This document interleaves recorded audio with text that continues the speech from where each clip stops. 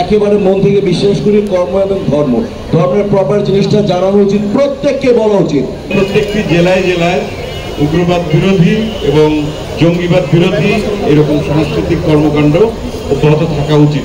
সন্ত্রাসবাদ বা উগ্রবাদকে দমন করার জন্য অন্যান্য প্রচেষ্টার পাশাপাশি সাংস্কৃতিক কর্মকাণ্ডকে আমরা বেছে নিয়েছি। আপনার সাথে পরিচয় নয় আমার, অন্য কোনো ধর্মের মানুষকে, অন্য কোনো নিরপরাধ মানুষকে আমি কেন মারবো? এটা কারো স্বার্থ সিদ্ধি করতে চাইছে, এবং যারা করতে চায় তাদের বিরুদ্ধে আমরা সবাই সোচ্চার, যে যার যার জায়গা থেকে এটাকে একেবারে অনড় এবং অটুট থাকে। আমার মনে হয় প্রত্যেককে এই নাটক দেখার পর প্রত্যেককে আমাদের উচিত, আমাদের খুব সতর্ক হওয়া উচিত।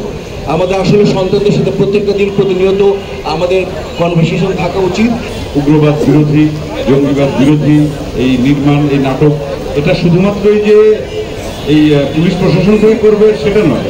আমার মনে হয় যে প্রত্যেকটি জেলায় জেলায় উগ্রবাদ বিরোধী এবং জঙ্গিবাদ বিরোধী এরকম সাংস্কৃতিক কর্মকাণ্ড অব্যাহত থাকা উচিত, এবং প্রত্যেকটি সারা বাংলাদেশের প্রত্যেকটি অঞ্চলের নতুন প্রজন্ম যারা আছেন তারা যেন কোনোভাবেই বিভ্রান্ত না হয়, সেটা আসলে আমাদের সংস্কৃতি কর্মী থেকে শুরু করে, প্রশাসন থেকে শুরু করে সবার এটা আসলে মাথায় রাখা উচিত। আজকের এই নাটকটি মঞ্চস্থ হলো, যেখানে নাটক ছোট কিন্তু মেসেজ কিন্তু অনেকগুলো।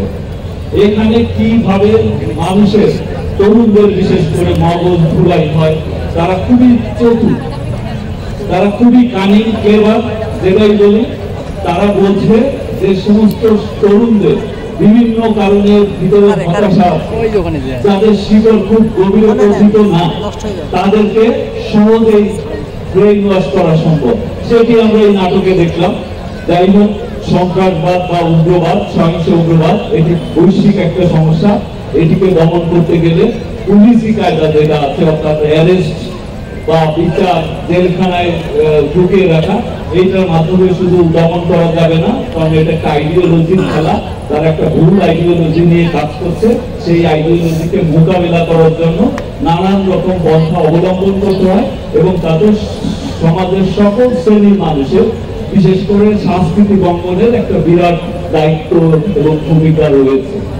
তো সেই দিক থেকে আজকের এই নাটকটি কাউন্টার টেররিজম ইন্টারন্যাশনাল ক্রাইম ইউনিটের পক্ষ থেকে এবং ঢাকা বিশ্ববিদ্যালয়ের নাট্য সংসদের থেকে পরিবেশিত হলো।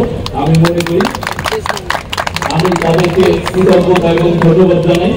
এই ধরনের যে উদ্যোগ, এই উদ্যোগ বহু মানুষকে তার অবচেতন মনেই কিন্তু তাকে পরিবর্তন করবে।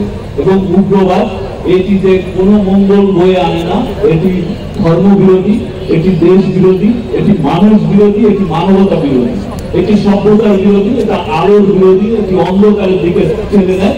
সেই এই নাটকে প্রকাশিত প্রচারিত হলো সেই মেসেজটা। আমি বিশ্বাস করি এই ধরনের কর্মকাণ্ড, সাংস্কৃতিক কর্মকাণ্ড, সাংস্কৃতিক অঙ্গনের সাথে যারা জড়িত, যারা এটিকে দায়িত্ব, আমি বিশ্বাস করি সকলেই তারা এটি তাদেরও দায়িত্ব রয়েছে বলে মনে করেন, বিশ্বাস করেন, এবং সেই জন্য কাজ করতে আগ্রহী।